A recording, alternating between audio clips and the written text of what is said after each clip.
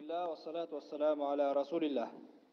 Merimli urayımda Allah'ın atı menen jaratkan Allah Ta'alaga maktu olur, Peygamberimize salam salavatlar olsun. Jigitler biz sizler menen İmam Navawi'din mına ошол Arbaun-ун Navawiya 40 hadis kitabını okup atıp bugün mına jıl jыйынтыкта atıp 36-cı hadiske keldik. Men sizlerge buga çeyin dagı aytkamын, bul 40 hadis İslamdın mаңызындагы негизги hadislerdi kamtıgan. 100 mingdegen milyondogon hadislerin içinden misalga ala turgan bolsok İmam Buhari'nin özü 600 mingden aşık hadis bilim dep aytat. Oşonço hadislerin içinden sorttop eng mаңыздуу деген адам баласынын жашоосуна, өзгөчө мынау студенттерге, илим талап кылгандарга дегеле биздин туураныкка өзгөрүшүбүзгө салым болуусу үчүн мына ошол негизги терең маанини камтыган бизге жетип келүүсү туура болгон сахих термине жанакы деген талаптарга жооп берген эң пайдалуу деген хадистерди чогулткан. Бул 40 хадис буга чейин кээ бирлер маани маңызын айттык. İslamдын тең жарымын маанисин өзүнө камтыган. Же болбосо 3төн 1-ин камтыган. Же болбосо İslamдын өкүмдөрү бардыгы ушул хадистин ичинде камтылган деген биз окуган кээ бир хадистерге аалымдардын түшүндүрмөлөрүн уктук. Бүгүн да биз силер менен окуй турган хадис бул 36-cı хадис жакшылыктардын жыйындысы, жакшылыктардын чогулганы. Аби Хурайра радhiyallahu taala anhu Abu Hurayra rivayet kılat. Ani Nabi sallallahu aleyhi ve selleme kal. Peygamberimiz mınday degen. Peygamberimizden Abu Hurayra bu hadisi bizge жеткирет. Men neffese an mu'minin kurbeten min kurabid dünya. Neffesallahu anhu kurbeten min kurabi yevmil kıyama. Kimde kim bir musulmandın bul dünyadagi köygöyün çeşe turgan bolsa. Bul dünyadagi bir musulmandın problemaсын köygöyün çeşe turgan bolsa, Allah Taala al pendenin kıyamatdagi köygöyün çeşet deydi. Kıyamatdagi köygöy tozokton kutulup, jеңилесеп berip, beyişke kirip ketiyor. Bugün biz kebir dostlarыбыз, bir tuğandarыбыз, koşnalarыбыз bir köygöyge, tupikke kıynalganda, oşogo bagıt berip, jol körsetip koya turgan bolsok, naffasallahu anhu qurbatan min qurabi yevmil qiyama. Allah Taala al pendenin kıyamatdagi köygöyün çeşet deydi. Kıyamatdagi köygöy jer alуу, uy alуу, maşina alуу emes, balkim kıyamatda bir ele köygöy bolat. Bul mına oşol murdaki peygamberlerin bardığı aytkanday, sallim ya Rab, sallim. O Rabbim özüm aman bolsam boldu, özüm aman bolsam boldu dep ушунчалык абалы оор болгондуктан өзүм эптеп тозоктон кутулуп калсам болду деген гана көйгөй болот экен. Буга чейин хадисте белгилүү болгондой, мына ошол Муса пайгамбар дагы, "Я Раб, агам Харунду сурабаймын. Иса пайгамбар, апам Мариямды сурабаймын, өзүм кутулсам болду" дейт экен. Аллах үчүн баласын курмандыкка чалган Ибрахим пайгамбар, "О Раббим, бүгүн балам Исмаил эмне болсо ошо болсун, özüm kutulsam boldu deytken, al jerdegi köygöйүн экен тозоктон кутулуу. Мына ошол ким бул дүйнөдө bir кыйналган адамга жардам бере турган болсо, Аллах Таала кыяматтагы көйгөйүн чечет. Кыяматта кандай көйгөй болот десеңер, кыяматтагы көйгөй тек гана эсеп кысаптан кутулуп, тозоктон кутулуп, бейишке кирип кетүү гана. Демек бул дүйнөдө биз ал көйгөй чоң болсун, кичине болсун айырмасы жок, бирөө бир муктаж болуп атканда жардам берип коюу, мына ошол кыяматтагы проблеманын чечилүүсүнө себеп болот экен. وَمَنْ يَسَّرَ عَلَى مُعْسِرٍ Kim bir kıynalganга жеңилдик berse, yassarallahu aleyhi fid dunya vel ahire. Allah Taala al adamın yaşosuna bul dünya ahirette жеңилдик berет. وَمَنْ سَتَرَ مُسْلِمًا سَتَرَهُ اللّٰهُ فِي الدُّنْيَا وَالْآخِرَةِ Kim bir musulmanın ayıbını jaşırsa, Allah Taala dünya ahirette anın ayıbını jaşırat deydi. Peygamber sallallahu aleyhi ve sellem kimde kim bir jok жерден бирөөдү şermende kılıp ayıbını jaşırat, aşkere kıla turgan bolsa, özü dagı oşondoygo kabılbastан ölbeyt deydi. Kede жалгандан ра бул ондай мындай да шарманда кылып коебуз. Бүгүн өзгөчө телефонго тартып интернетке чыгарып бер, башка кылып Instagramга коюп шылдыңдап, бирөөлөр сүйлөп атканда көргөзбөй тартып алып, TikTokко коюп, уят карып шарманда кылганда Пайгамбар саллаллаху алейхи ва саллям айтат, ким бул дүйнөдө бир адамды атайлап шерменде кылып, уят кара турган болсо, ошол нерсе өзүнүн башына келмейинче өлбөйт дейт. Пайгамбар саллаллаху алейхи ва саллям ушунун тескериси эң сооптуусу мен сатара муслиман. Ким бир имандуудун bilip bilbey kılgan ayıbını jaşırsa. Ayıptar jaşıra turgan bolot, jaşırбай turgan bolot жигиттер. Түшүнүңөрбү? Бирөөдү өлтүрүп атса, атып атса, коррупция кылып атсаң айтасың. Бирок жашыра турган айыптар бул не жеке кемчиликтер башкалар. Кээ бирде биз мына общественный жерде башкада бирөөлөрдүн путу тердеши мүмкүн, башка болушу мүмкүн. Ошол нерселерди айтып башка кыла, сен андайсың, сен мындайсың дебестен, кээ бир пендечилик кылган айыптарын жашыруу. Ал эми коомго эгер бир зыян келтире турган болсо, адам өлтүрө турган болсо, башка кыла турган болсо, анда аны не кылабыз? Соттун астында айып жашыруу жок. Соттун астында бирөөдүн айыбын жашыруу жок. Ал жерде акыйкат айтышуу керек. Жалгандан күбөлүккө өтүү жок. Бул жеке бир маселеде, кээ бир нерседе шылдыңдабасаң, айыбын жашырган болсок, бул жакшы нерсе. Кээ бирөөлөрдүн денесинде кемчилиги бар, сүйлөгөн сөзүндө кемчилиги бар. Ошол нерселерди бул андай, бул кекеч, бул дегенде, бул андай деп аны жанакындай кылбастан, унчукпастан эле айыбын жашырып койгон болсок, мына ошол Пайгамбар саллаллаху алейхи ва саллям айтат: ким бир мусулмандын айыбын жашырса, Аллах таала дүйнө ахиретте анын айыбын жашырат. Валлаху фи ауни ал-абди ма кана ал-абду фи ауни ахихи. Аллах пенденин жардамында болот, эгер ошол пенде өзүнө окшогон бир тууган жардамында болсо дейт. Аллах Мурзахматтын жардамында болот экен, эгер Мурзахмат Ганишерге жардам берип жүргөн болсо. Качан Аллахтын жардамы токтойт экен? Мурзахматтын жардамы токтогондо. Мурзахмат бирөөлөргө жардам берүүсүн токтотпосо, Аллахтын дагы Мурзахматка келе турган жардамы токтобойт экен. Мен сатара муслиман сатарахуллаху фи дунья вал ахира. Ал ким бир ыймандын айыбын жашырса, Аллах дүйнө ахиретте анын айыбын жашырат дедик. Валлаху фи ауни ал-абди ма кана ал-абду фи ауни ахихи. Аллах пенденин жардамында болот, эгер пенде өзүнө окшогон бир пенденин жардамында болсо. Ва ман салака тарикан ялтамису фихи илман. Хадистин уландысында кимде-ким илим талап кылып жолго чыга турган болсо, илим издеп жолго чыга турган болсо, саххалаллаху лаху бихи тарикан илал жанна. Аллах таала ал пендеге бейиш жолун жеңил кылат дейт. Ким илим жолуна чыккан болсо, мына бирөөңөр доокаттан, бирөөңөр алайкуудан, бирөөңөр аксыдан, бирөөңөр алапкадан, бирөөң баткенден илим алам деп ошту көздөй бет алдыңар, жол алдыңар. Мына ошол пенде эгер илим издеп жолго чыга турган болсо, Аллах таала бейиш жолун жеңил кылат дейт. Эгер ниетибизди түздөп, ихлас менен Кудай үчүн илим ала турган болсок, биздин мына ушул илим жолубуз бейиш жол экен. Ва маштама кауmun fi baytin min buyutillah yatluna kitaballah. Кайсы бир коом бизге окшогондор, баткендик, лейлектик, алайкуулук ар жактан чогулуп, ятлуна китабалlah, чогулгандан кийин Аллахтын китебин окушса дейт. Кур'ан окушса, Кур'ан жатташса, эрежелерин үйрөнсө, бул жерин чозуп окуйсуң, бул жерин чозбой окуйсуң, бул жерин А кыласың, бул жерин И кыласың. Бул жеринде тамгалар мотуп айтасың деп туруп, араб тилинде махраждары бар, өзүнүн жана тажвидтери бар. Аллахтын китебин окуй турган болса, ва ятадарасуна байнахум, бири-бирине үйрөтө турган болса, кайтара, бул жериң болбой калыптыр, туура эмес жаттап коюпсуң деп, бири-бирине Кур'анды кынтыксыз үйрөтүп, бири-бирине сабак алыша турган болса, илля назарат алейхимус сакина, аларга Аллахтын бейпилдиги түшөт. Ва гашиятхумур рахма, Аллахтын рахматы жайт. Ва хафатхумул малаика, аларды периштелер ороп алат дейт. Мына биз дагы азыр Аллахтын китебин үйрөнөлү деп, мына силер менен сабакта отурабыз. Мына ушул биздин жыйынга Аллахтын рахматы жайт экен, периштелер курчап алат экен, Аллахтын бейпилдиги түшөт экен. Анан ва закарахумуллаху фи ман инда, Аллах таала өзүнүн астындагыларга эстейт дейт. Көрдүңөрбү? О, Бек мырза Арсланбаптан келди, Билал Ноокаттан келди, Шумкар устаз Баткенден келди. Булар чогулуп, ошто илим окуп атышат деп Аллах таала өзүнүн астындагыларга мактанат дейт. Аллахтын астындагылар бул эң улуу периштелер. Биз бүгүн бул жерде Аллахтын илимин үйрөнүп калсак, биздин медреседе Аллах таала не кылат экен? Периштелердин жыйынында көрдүңбү менин мону Нур Мухаммад деген, Ганишер деген пенделеримди булар келип алып, Зулкар устаз менен, Шумкар устаз менен Кур'ан үйрөнүп, хадис үйрөнүп, илим үйрөнүп атышат дейт экен.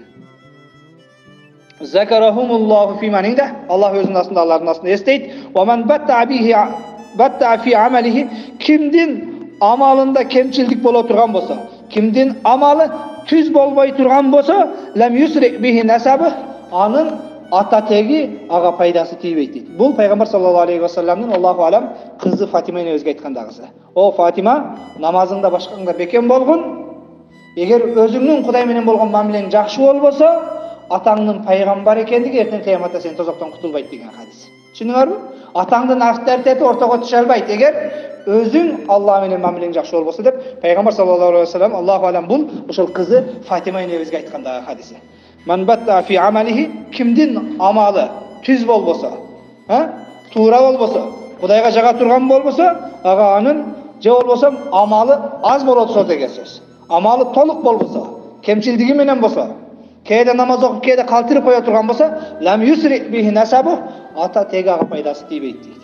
Эми биздин ата тектор го, эми Кудай билет. Бирок пайгамбар саллаллаху алейхи вассалам өзүнүн кызына айтат, сенин атаң Мухаммад экендиги дагы кыяматта сага пайдасы тийбей калат, эгер өзүңнүн намазың, орозоң не боло турган болсо, аз боло турган болсо дейт. Жигиттер, хадистин темасынын өзү жакшылыктардын жыйындысы деп айтты. Пайгамбар саллаллаху алейхи вассалам ким бир мусулмандын көйгөйүн кетирсе, Аллах Тааланын кыяматтагы көйгөйүн кетирет. Ким мусулманга жеңилдик берсе, Аллах Таала бул дүйнө акыретте жеңилдик берет dedi. Kimde kim bir Müslümanın ayıbını cevap turgan bolsa, Allah Taala dünya ahirette anın ayıbını cevap. Bugün biz kede ustaz körbey kalganda, dostun körbey kalganda, atan körbey kalganda kança günöөлөрдү kılabız. Kudayıma şükür, ustazlarımız aytkanday günöөнүн jıtı jok. Eger günөө kılgan sayın adamın jıtı çıkkanda biri-biribizge jolobой kalat elek. Bирок kээ бир алымдар айтат, günöөнүн баштап jıtı болгон дейт. Adam günөө kılganda jıtı çıkıp ketкен дагы, и анау günөө кылды деп билип алат келсин. Adamlar kayra günah kıla vergenden bardığı oşol emne jıttanıp ketkenin ayынан awa bulganıp, eldin bari oşoga könüp kalgandыкtan bugün baykabay kalgan deydi. Olbosam baştap günöөнүn jıtı bolgon deydi. Günөө kılganda ha balança günөө kıldı деп bilip alчу экен. Adamlar günөө kıla vergenden ne oldu deydi? Awanın baарын bulgap, bugün günөө kılgan men kılbagan deyilge albay kaldı deydi. Kede bugün pendeden jaşıngan menen, kameradan korkkan menen, bирок Allah көрүп турган учурда коркпогондор бар. Eğer sen oşonda bardığımız kemçildikliğimiz, bardığımızda ayıp var, bardığımız bir ustazdan jaşınıp, ata-eneden jaşınıp, dostdan jaşınıp, ayalından jaşınıp, kebir günöөлөрдү kılganbız.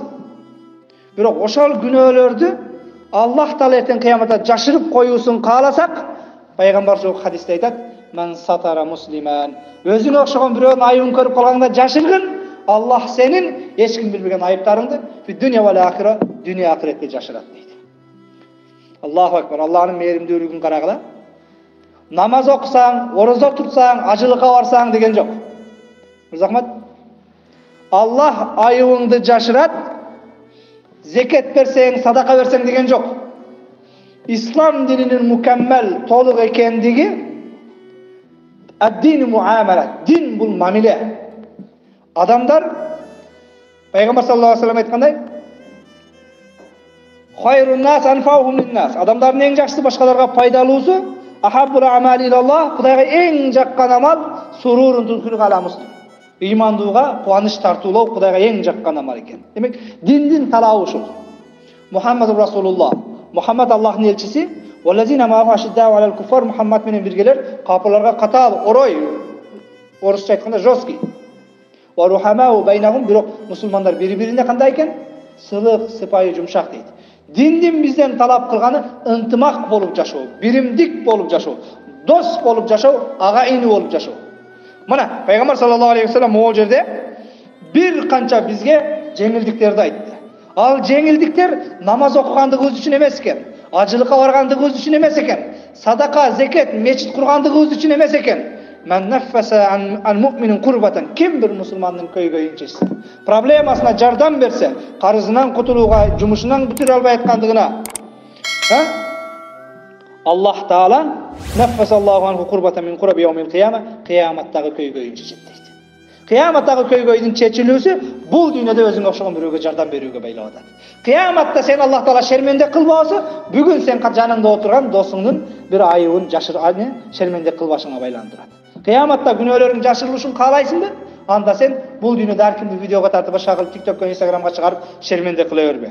Bugün mına oşol bardığının janakындай автомат сыяктуу куралы telefon bolup kaldı. Эмнеле окуя көрсө телефонун алып тарtıp çıkarıp oşol internetке коюп aşağı şermende kılууну kaalaşат. Mına oşol biröөнүн ayыбын jaşıraткан болсок, Allah Taala kıyamat ayыбыбызды jaşırat экен. Ал эми biröödү şermende kılıp bul dünyada ayыбын ача турган болсок, anda эртең kıyamatta же болсун бул дүйнөдө Peygamber sallallahu aleyhi ve sellem ayткандай, ошол нерсе башыңа келбестен дүйнөдөн өтпөйсүң дейт. Бул жогорудагы хадистен алына турган үлгүлүү өрнөктөрдөн эгер көңүл бура турган болсок, Peygamber sallallahu aleyhi ve sellem биз үчүн кайталангыс өрнөк. Laqad kana lakum fi rasulillahi uswatun hasana. Sizler üçün peygamberdə körkөm örnöktөр бар дейт. Ve inneke la'ala huluqun azim. Ey Muhammed, sen en жақсы kulk münözü esisin deyt. Al kulk münözlü peygamber bizge emnelerdi üretip ketdi. Peygamber sallallahu aleyhi ve sellem mına oşol al үлгүлүү жолун sahabalarına jana andan kийинки ümmetlerine üretip ketdi. İmam Ahmed bayandagan hadiste Habbab Arat деген сахабанын кызы бир жолу Habbab аскерлер менен жортуулга барган эле. Пайгамбар саллаллаху алейхи вассалам ар дайым бизден кабар алып, жада калса биздин идишибизге эчкинин сүтүн толтура саап берет эле дейт ал. Качан Habbab үйүнө кайтып келгенде, ал эчкини өзү саай баштаган, бирок сүтү кайра азайып калган болчу дейт. Көрдүңөрбү? Пайгамбар саллаллаху алейхи вассалам керек болсо сүт сааганды үйрөтүп, сүт саап берген дагы экен, пайгамбар болгондугуна карабастан. Абу Бакр пайгамбардын эң улуу сахабасы.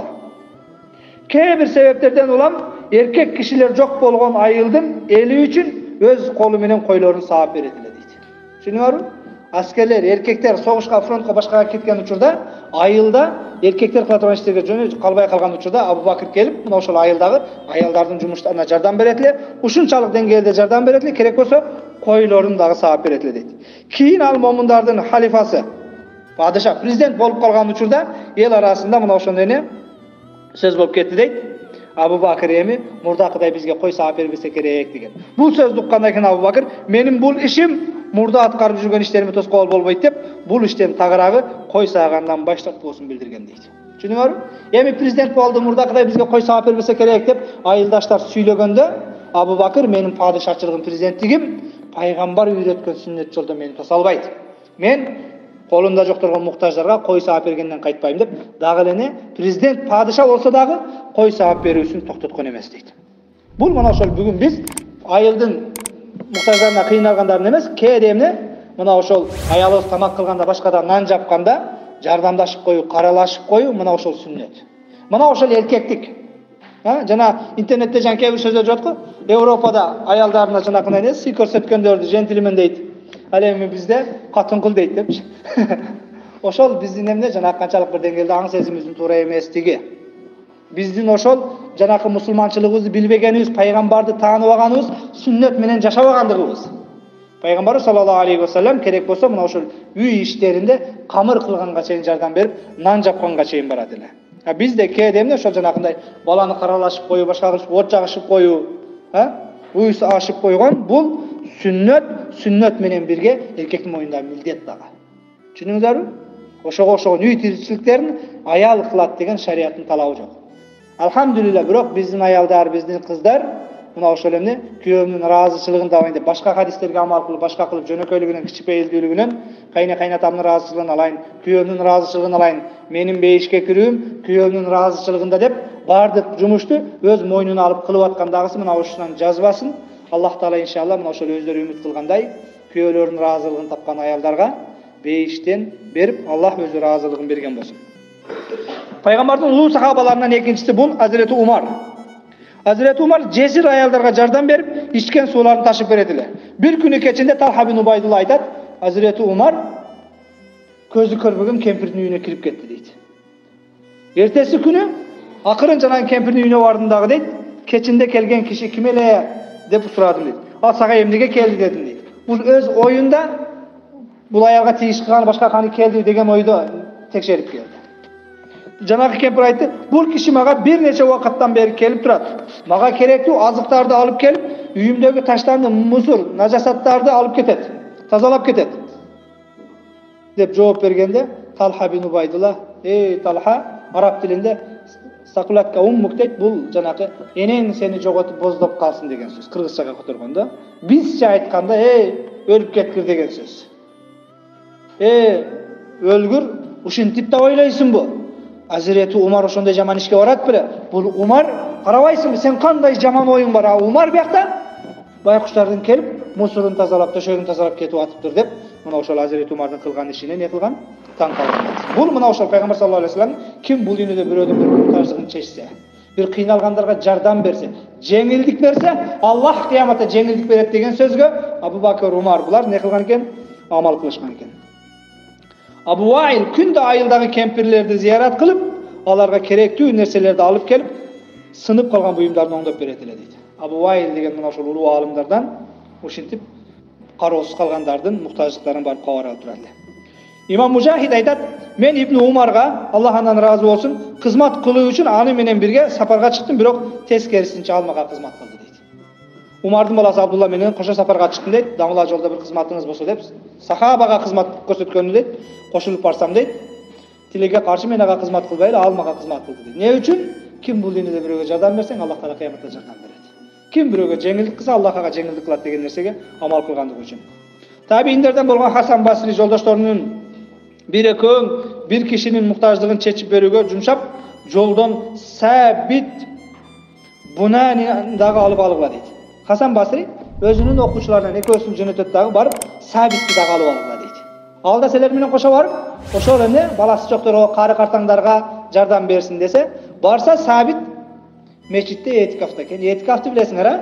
Мечиттен чыкпастан бир күн, бир түн Кур'ан окуп ибадат кылып отуруу бул эң чоң ибадат. Өзгөчө Рамазан айында. Барып Сабитке ушинтип Хасан Басри сен биз менен жүрдер десе, балдар мен этикафта элем, өзүңөр бара бергиле дейт. Анан кайра келди да Хасан Басриге кабар айтат, Сабит барбайт экен, ал этикафта экен, жон кое бериң, өзүбүз бара берелик десек, Хасан Басри айтты дейт. О, Амаш, ага барып айт. Мусулмандын муктаждыгын чечүү кайра ажылык амалын аткаруудан дагы артыгыраак деген дейт. Мечитте отуруп этикафта Кур'ан окуп чыкпай, Алла менен байланышта болгон бул эң сооптуу иш. Бирок бир мусулманга жардам берип коюу кайра ажылыкка баргандан дагы артык деп айткан дейт. Алар кайра барып ушу Хасан Басри ушинти дегенде, анан кийин этикафын токтотуп, анда жүргүлө жардам берели деп, алар менен кошо муктаждарга жардам бергени барган дейт. Булардын бардыгынын максаты Пайгамбар саллаллаху алейхи вассаламдын бир сөзүнөн булар таасирленет эле, ошого амал кылып жашайт эле, алар ошого ишенет эле, ошонун ордуна Аллах бейиш берерине булар чын дилден ишенет, берилип аткарышат эле. Биз тилекке каршы, Сами'на маррат, бир канча жолу сабактарды уктук, баяндарды уктук, бирок не? Жүрөктөрүбүз касва, авашат, таш сыяктуу катып калган, балким андан дагы катуу. Бул мына ошол биздин жанагы динибизди жакшы билбегенибиз, пайгамбарыбызды жакшы тааныбагандыгыбыз. Мен ойлойм, иншалла мына жогоруда хадистен кийин дайым мына ошол бири-бирибизге жардам бергендерден болобуз деп. Бул диндин талап кылганы, исламдын нагыз, таза, тунук дин экенинин белгиси мына ошол. Пайгамбар саллаллаху алейхи вассалам бизге баса белгилеп айткандай, бири-бирибизге жардам берүүгө байланган дин. Мусулмандын бир тууганы, зыян бербейт, муктажсыз калтырбайт, зулумга таштап койбойт. Пайгамбар саллаллаху алейхи вассалам залим вал мазлум, зыян берген дагы, зыян чеккенге дагы жардам бер деди. Сахабалар эсе, я Расулаллах, нансурху валау кана мазлуман. Мазлум болсо жардам беребиз. Кантип жардам беребиз эгер не залым боло турган болсо деди, ошол ишти кылба деп тыйып кой, ошого берген жардамың деди. Демек, мусулмандын айыбын жашасаң, Аллах сени дүйнө акырет айыбын жашырат экен. Мусулмандын көйгөйүн жашасаң, Аллах кыяматта көйгөйүн жашырат экен. Ким бир кыйналганга жардам бере турган болсо, Аллах дүйнө акыретте жардам берет экен.